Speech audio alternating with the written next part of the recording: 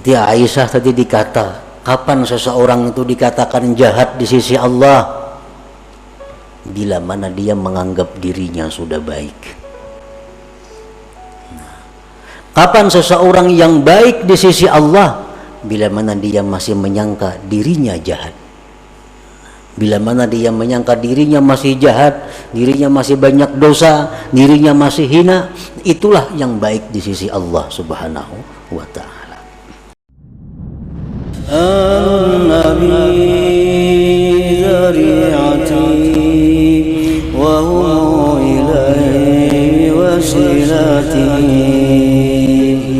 An-Nabi dzari'ati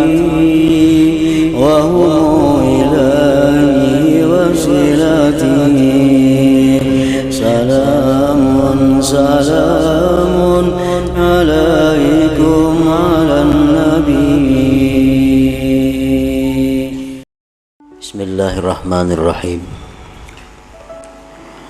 Alhamdulillahilladzi hadana lisabilil huda wa ma kunna linahtadiya laula an hadanallahu jalla wa ala. Asyhadu an la ilaha illallah wahdahu la syarika lah al-muttasifu bil qidami wal baqa wa asyhadu anna sayyidana Muhammadan abduhu wa rasuluhul ma'ruf bis sakha wal wafa. Allahumma salli wa sallim wa barik ala sayyidina wa maulana Muhammadin afdali man bil ardi was sama wa ala alihi wa ashabihi wa dhurriyyatihi wa atba'ihi ila yaumil liqa, amma ba'du. Yang kita hormati dan kita cintai para habaib dan para alim ulama, para muhibbin, hadirin, hadirat rahimakumullah.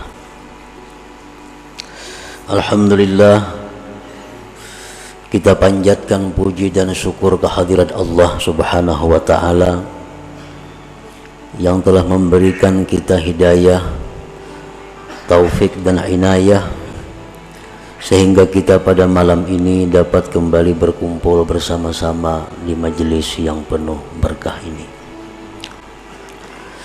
Salawat dan salam kita haturkan keharibaan junjungan kita Nabi besar Muhammad sallallahu alaihi wasallam dan kepada seluruh keluarga, para sahabat, zurriyat dan pengikut beliau sampai hari kiamat nanti. Para muhibbin rahimakumullah, al-hikmatul ishrun minal hikamil adha'iyah. Qala al-imam Ahmad ibnu Athaillah as-Sakandari rahimahullah wa nafa'ana bi'ulumih. Hikmah yang ke-20 dari Al-Hikam, berkata Imam Ahmad bin Athaillah as-Sakandari rahimahullah, ma aradat himmatu salikin an taqifa indama kushifa laha illa wa nadathu hawatiful haqiqah alladhi tatlubu amamak wala tabarrajat lahu zawahirul mukawwanat illa wa nadathu haqa'iquha innama nahnu fitnatum fala takfur.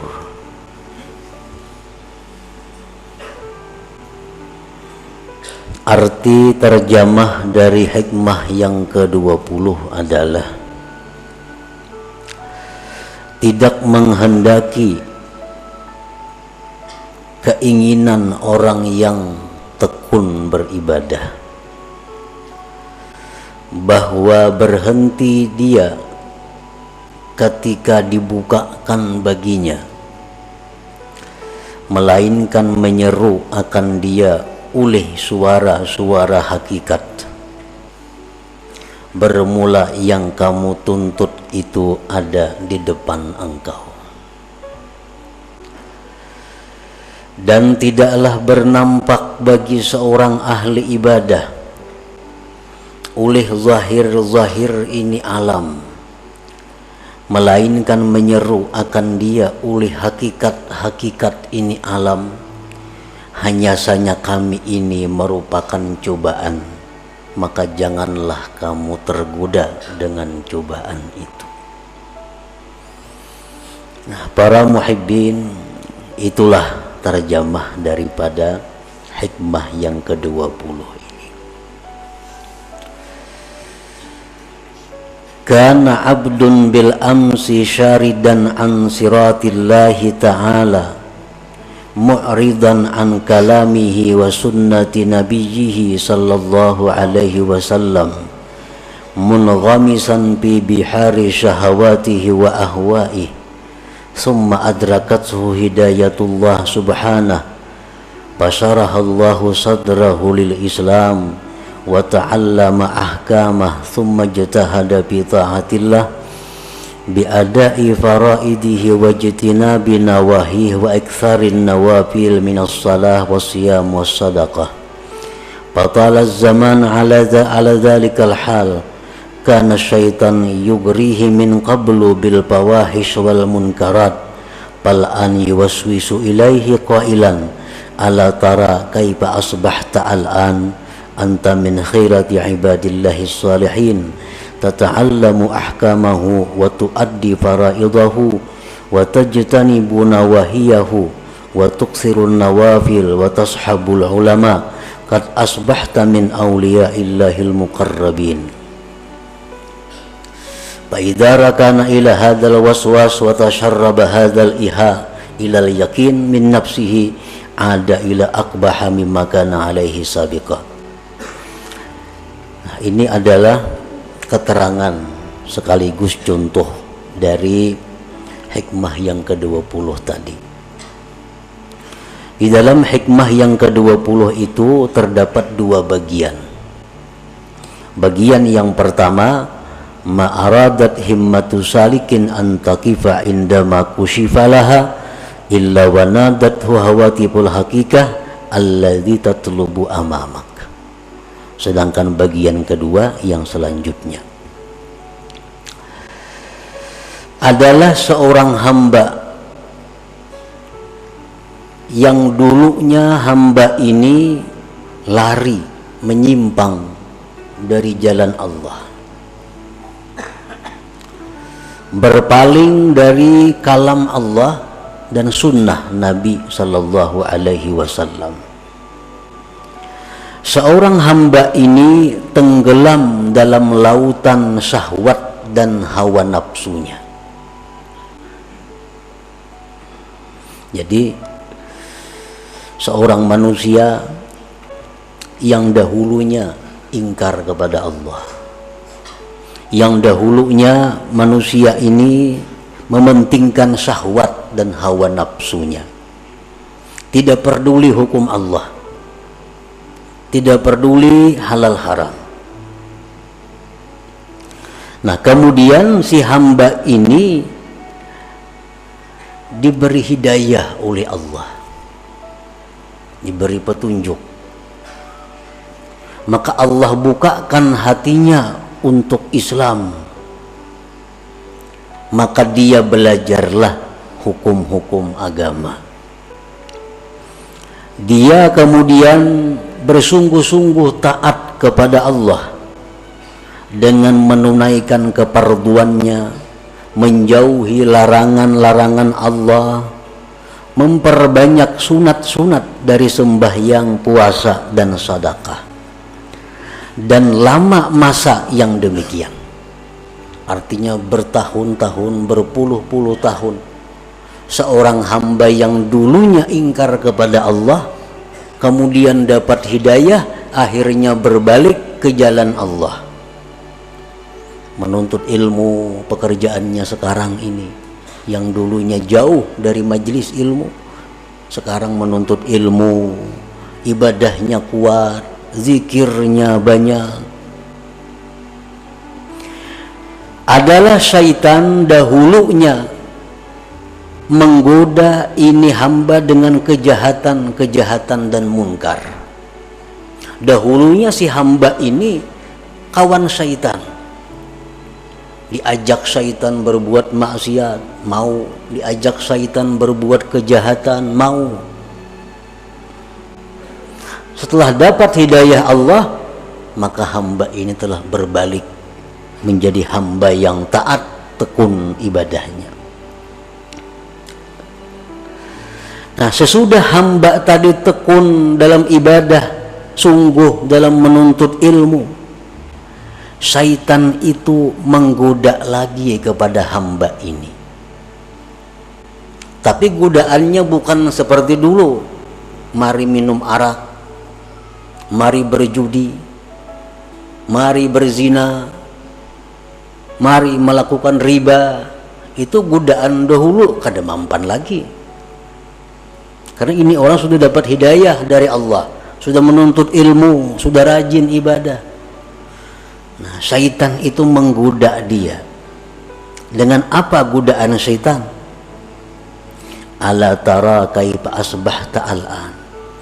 Oh si fulan, ya syaitan, apakah tidak kau lihat diri engkau sekarang ini? Engkau sekarang termasuk hamba Allah yang pilihan. Nah, engkau sekarang sudah masuk dalam hamba Allah yang pilihan. Engkau belajar hukum Allah, engkau menunaikan keparduan, engkau sudah menjauhi larangan, engkau sudah banyak melakukan yang sunat-sunat, engkau sudah dekat dengan para ulama-ulama.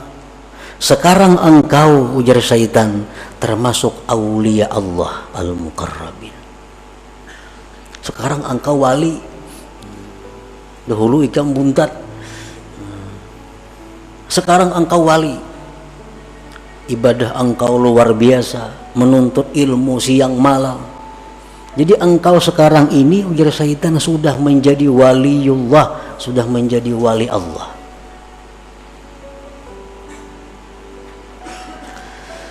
Nah, apabila si hamba ini setuju dengan bisikan syaitan itu, ya syaitan ikam ni wali, diterimanya itu, cocok aja aku wali, soalnya wah ini aku sudah belajar siang malam, zikir 10.000, salawat 10.000, cocok aja aku wali. Nah, wa tasharraba hadzal iha ilal yakin, dan masuk ini bisikan kepada yakin. Akhirnya dia yakin, wah aku ini besar bujur-bujur wali. Ada ila akbaha mimma kana alaihi sabiqa, maka dia ini hamba kembali kepada sesuatu yang lebih jahat daripada dahulunya. Nah, lebih jahat daripada dahulunya di sisi Allah Subhanahu wa ta'ala tentunya. Nah, jadi artinya kalau kita dahulu banyak maksiat kepada Allah, dahulu kita ingkar dengan hukum Allah, sekarang dapat hidayah, menuntut ilmu, banyak zikir, banyak amal.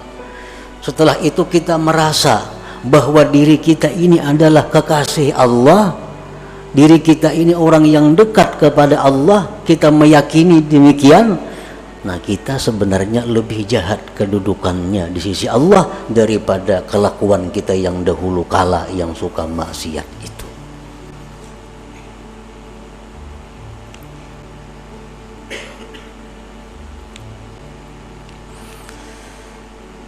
Itulah yang dikhawatirkan oleh Rasulullah sallallahu alaihi wasallam. Dalam sebuah hadis beliau bersabda, "Lau lam tuznibu la khasyitu alaikum ma huwa akbaru min dzalik al-ujubu al-ujubu." Ujar Nabi, andai kata kalian itu tidak berbuat dosa sama sekali, aku sungguh takut kepada kalian akan jatuh dalam dosa yang lebih besar, yaitu dosa sifat ujub. Dosa sifat ujub tadi.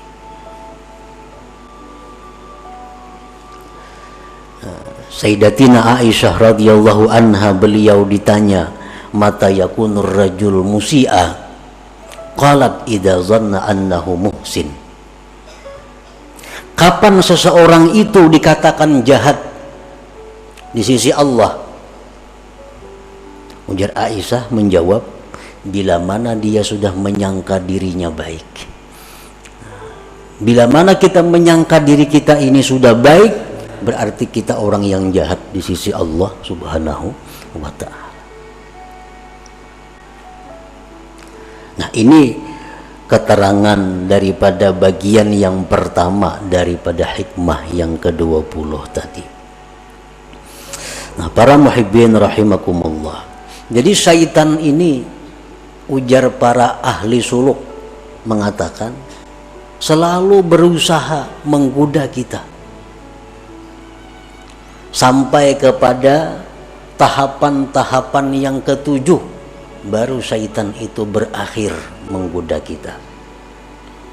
Sampai 7 tingkat keadaan-keadaan kita, syaitan selalu membisik kepada kita agar kita gugur, agar kita terjatuh ke dalam jurang yang hina. Nah, untuk menghindari, menjaga keselamatan dari godaan-godaan syaitan yang 7 tingkat itu, 3 hal yang kita perlukan. Pertama, ilmu yang pertama. Yang kedua, doa kepada Allah agar dipelihara. Yang ketiga, kawan yang baik. Nah, 3 macam itu kalau kita ingin selamat. Para muhibbin rahimakumullah. Apa yang 7 itu? Dalam tahapan pertama, syaitan itu mengajak kita dengan ajakan ukfur. Kafirlah engkau. Icam jaka kafir. Nyaman kada bersembayangan, kada berpuasaan, kada berzakat, kada istilah perjinahan, kafir. Nah, mungkin ajakan ini tidak ditujukan syaitan kepada kita, karena kita insya Allah kada mungkin hakun bakafir. Ada bisikan nyuruh kafir, bakafir lah, insya Allah kada. Tapi untuk orang-orang yang tertentu bisa terperdaya dengan ajakan ukfur ini. Nah, kalau syaitan itu mengajak kita kepada ukfur, kafirlah kamu kepada Allah,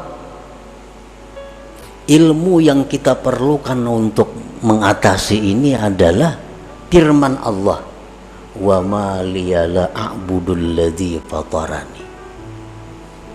Tidak ada alasan, wahai syaitan, untuk tidak menyembah Tuhan yang menciptakan aku. Kalau engkau mengajak aku kepada kafir, wahai syaitan, aku tidak ada alasan untuk tidak menyembah Tuhan yang menciptakan aku.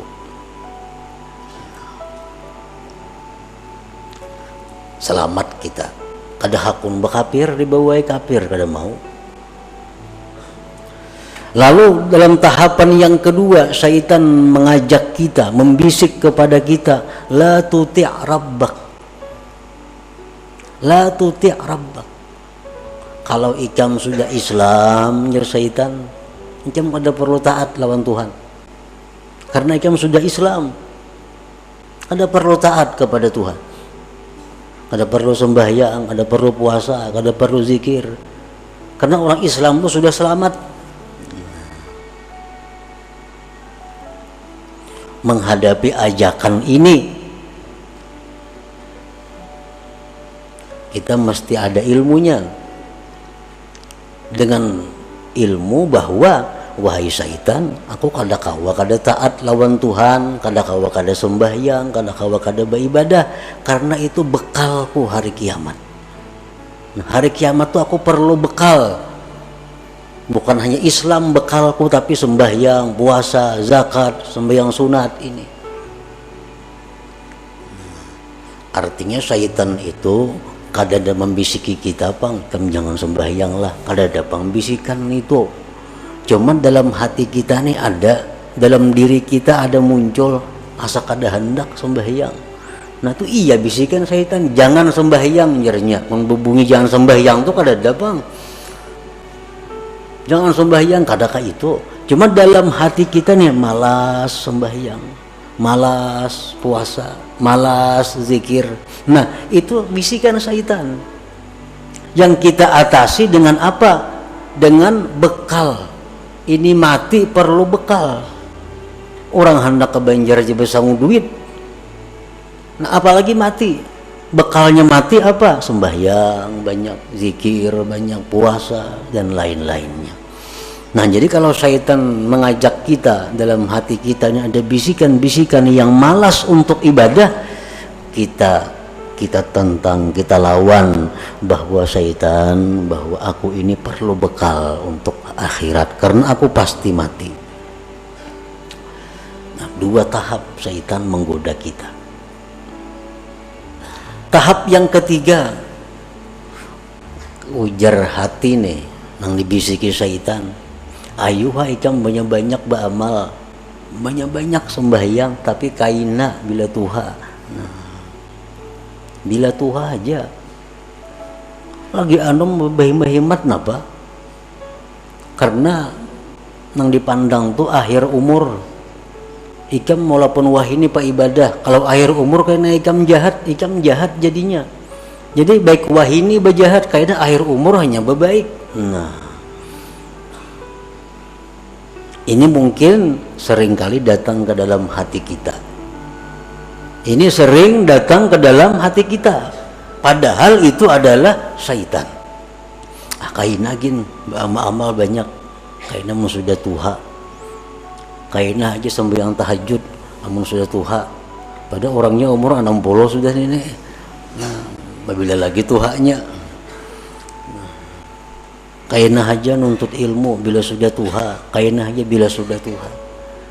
Nah, apabila dalam hati kita ada bisikan seperti itu, kita punya ilmu bahwa umur itu di tangan Allah. Umur kada pandang tuha muda, kada pandang sihat sakit, kalau sampai mati. Jadi kada kawa menunda-nunda amal itu. Bila ini hendak beribadat, gawi, laksanakan, kada perlu menunda. Nah, para muhibbin rahimakumullah, syaitan itu hati kita ini dibisikinya lagi. Ujar syaitan, kalau engkau memang hendak beramal beribadat juga, ajil, lakasi beramal, sembahyang jam 1000 rakaat semalaman kayak Zainal Abidin, atau 500 rakaat kayak Imam lakasi. Nah, digasaknya kita oleh syaitan supaya banyak-banyak beramal.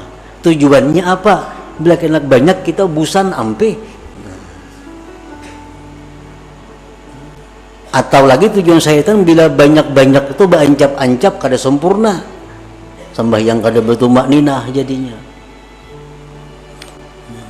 Itu tahapan yang keempat daripada syaitan, bahwa segera. Nah, ini kita atasi. Syaitan dalam hati kita bisiki, aku beramal kada perlu belaka-lakas, yang penting aku sempurna, kada perlu berancap-ancap, karena begitu ada niatku sudah beramal itu sudah masuk. Perlahan kita gawi, perlahan sembahyang, perlahan baca Quran kita perlahan. Nah, tahapan yang kelima, syaitan ini menggoda kita lagi dengan godaan apa? Nah, syaitan kalau ikam sudah perlahan itu, ikam tunggu, ikam akan dipuji oleh seluruh makhluk. Ikam akan dipuji oleh manusia, ikam akan dipuji oleh orang-orang besar karena mengakui kehebatan engkau. Ikam ahli ibadah, ibadahnya bagus. Nah, supaya kita ini ria. Nah, kita atasi dengan demikian, wahai syaitan, aku beribadah kada mengharapkan pujian orang, aku beribadah kada mengharap penilaian orang. Yang kutuju itu adalah penilaian Allah. Aku cukup Allah yang mengetahui aku beramal, kada perlu orang lain.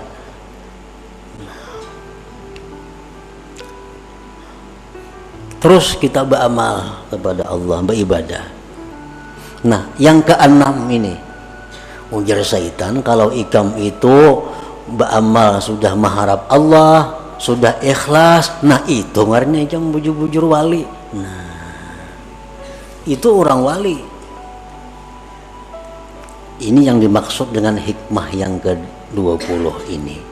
Ma'aradat himmatu salikin antaqifa indama kushifalaha illa wa nadathu hawatibul hakikah alla yatlubu amamaka. Nah, sekarang engkau sudah wali di syaitan. Ikam beramal perlahan, teratur, ikam mengharapkan sudah karena Allah. Ikam sekarang sudah waliullah. Nah, bila kita ma'asisi itu, bila kita membujuri ampun syaitan yang mengatakan bahwa kita ini sudah wali, nah disitulah kita hancur. Nah, disitulah kita terjatuh lebih dalam daripada jurang yang dahulu kita berada.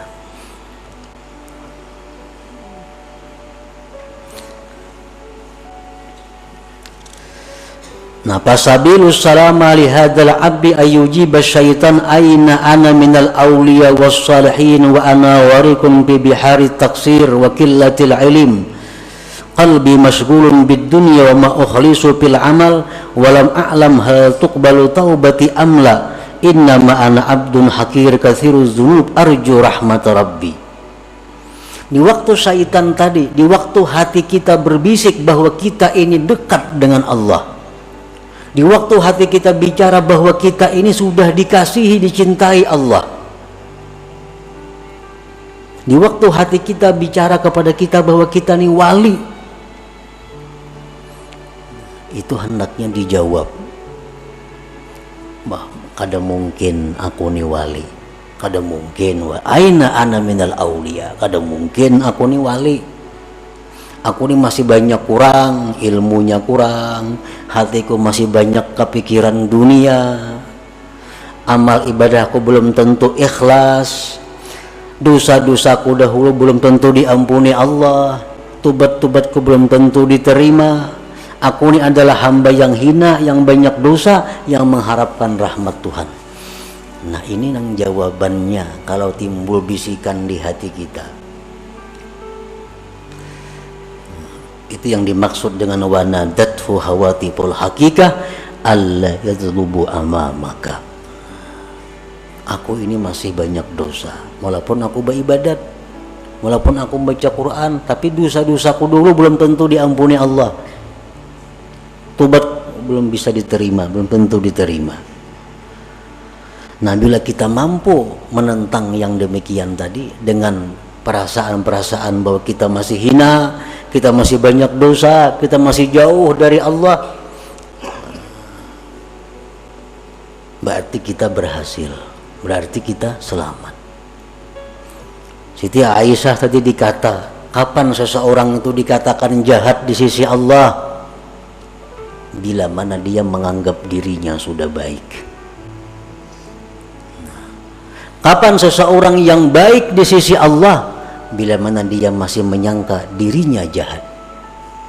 Bila mana dia menyangka dirinya masih jahat, dirinya masih banyak dosa, dirinya masih hina, itulah yang baik di sisi Allah Subhanahu wa ta'ala.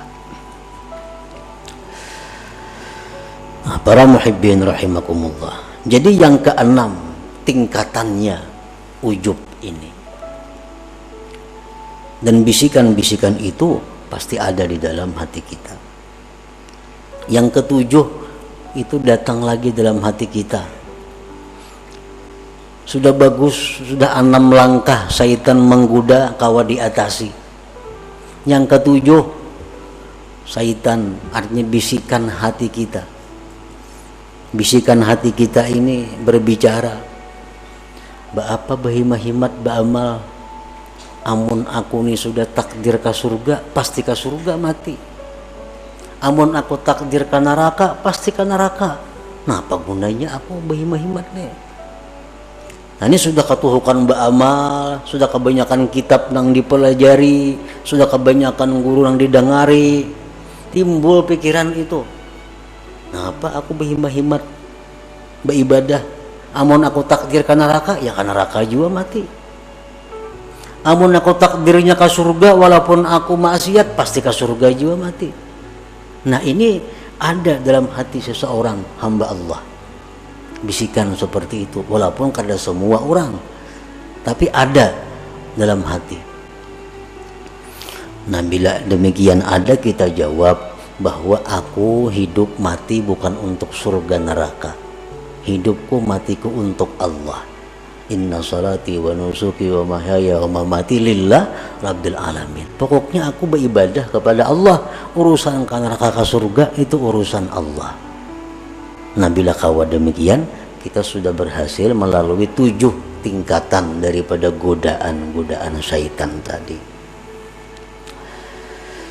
Nah, para muhibbin rahimakumullah, bagian yang kedua daripada hikmah yang ke-20 ini adalah as-saliku fi asna'i sulukihi kat tazharu lahu anwa'ul khawarik kastijabatid du'a wa iqbalil khalqi wa tawsi'ah fid dunya wal masyi 'alal ma' wal ittila' ala asrarin nas fa idza rakana ila hadhihi wa lam yaj'alha fitnah ihtajaba 'anillah subhanahu wa ta'ala.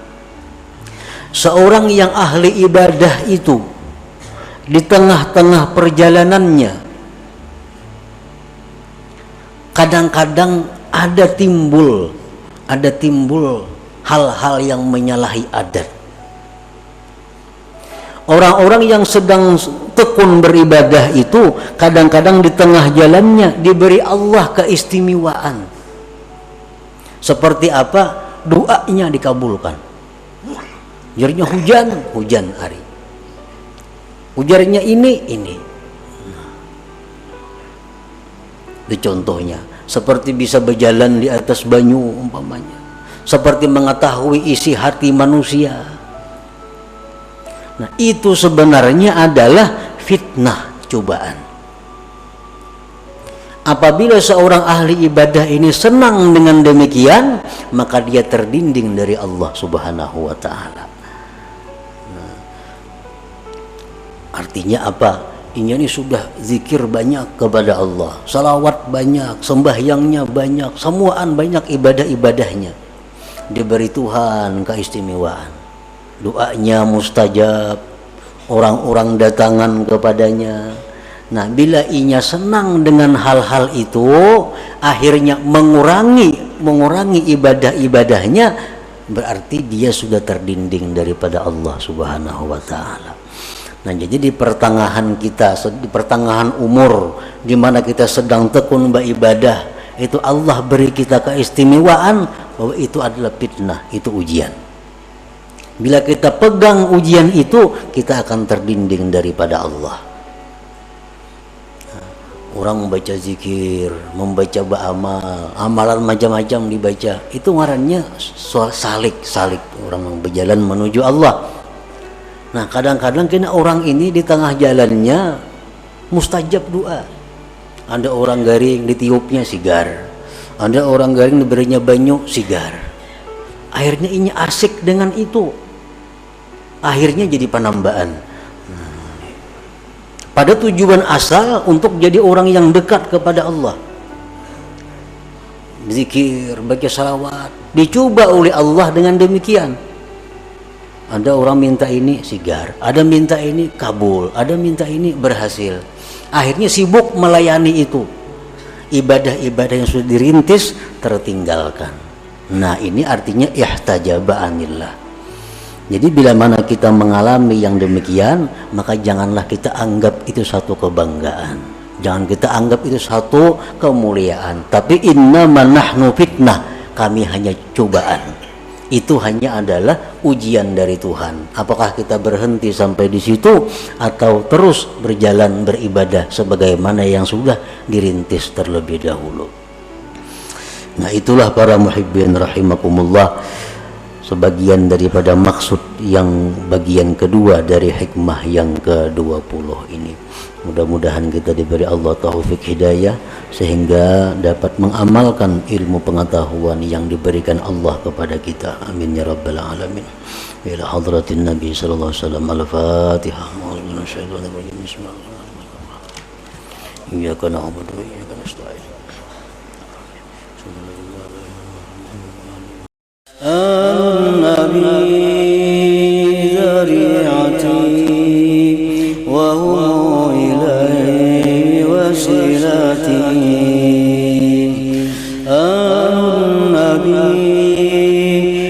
syari'ati